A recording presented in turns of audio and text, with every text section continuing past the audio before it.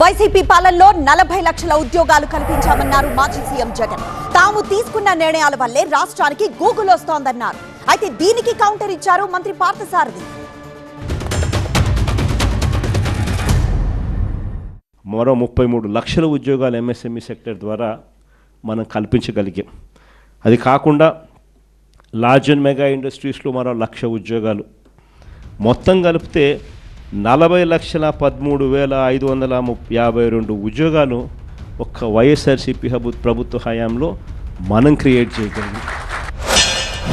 Post graduation చేసిన యువకులకి కేవలం 5,000 రూపాయలు చెల్లించే వాలంటీర్ ఉద్యోగాలతో మీరు సంబరపడిపోతున్నారంటే ఈ రాష్ట్రంలో యువకుల పట్ల మీకున్న భావన ఏమిటో, వారి భవిష్యత్తు పట్ల మీకున్న విజన్ ఏమిటో అర్థమవుతుందని చెప్పేసి కూడా నేను ఈ సందర్భంగా తెలియజేస్తా ఉన్నాను. గూగుల్కి సంబంధించి క్లారిఫికేషన్ చంద్రబాబు నాయుడు అనే వ్యక్తి ఏ రకంగా క్రెడిట్ చోరీ చేస్తాడు అనేది కూడా చెప్పింటే, డేటా సెంటర్ అనే దానికి ఫస్ట్ ఆఫ్ ఆల్ డేటా విశాఖపట్నంకు రావాలా కదా, వస్తేనే కదా డేటా సెంటర్ అనేది వచ్చేది. ఆ డేటా అనేది సింగపూర్ నుంచి కేబుల్ తీసుకొచ్చేదానికి అంకురార్పణ చేసింది వైఎస్ఆర్సీపీ ప్రభుత్వంలో జరిగింది. కాబట్టి మిగతా రాష్ట్రాలన్నీ గూగుల్ ఆంధ్రప్రదేశ్కి వెళ్తానికి కారణం ఏంటి అని చెప్పేసి ఆలోచన చేస్తున్నారు. మరి మీరు అదానీ మేమే తీసుకొచ్చామంటున్నారు. చెప్పండి ఒకసారి, మీ వాళ్ళు ఎవరైనా సరే చర్చకు వస్తే అదానీ ఎప్పుడు విత్తనం పడిందో, లేకపోతే అదానీ ప్రపోజల్ ఏ రోజు ఏ ప్రభుత్వంలో ప్రారంభమైందో చర్చకి సిద్ధం అని చెప్పేసి మనం చేస్తామండి.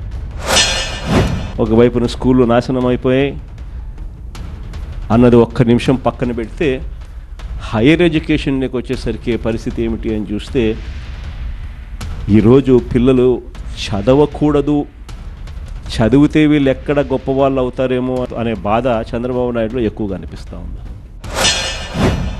ఎన్నికల్లో అమ్మఒడి ద్వారా ప్రతి పిల్లవాడిని చదివిస్తానని చెప్పేసి చెప్పిన మీరు అధికారంలోకి వచ్చిన తర్వాత తల్లులను మోసం చేసి కేవలం ఇంటికి ఒక్కళ్ళకే ఇస్తానని చెప్పేసి ఎగ్గొట్టిన విషయం వాస్తవం కాదా అని చెప్పేసి ఒక్కసారి సూటిగా సమాధానం చెప్పాలని కూడా నేను కోరుతా ఉన్నాను.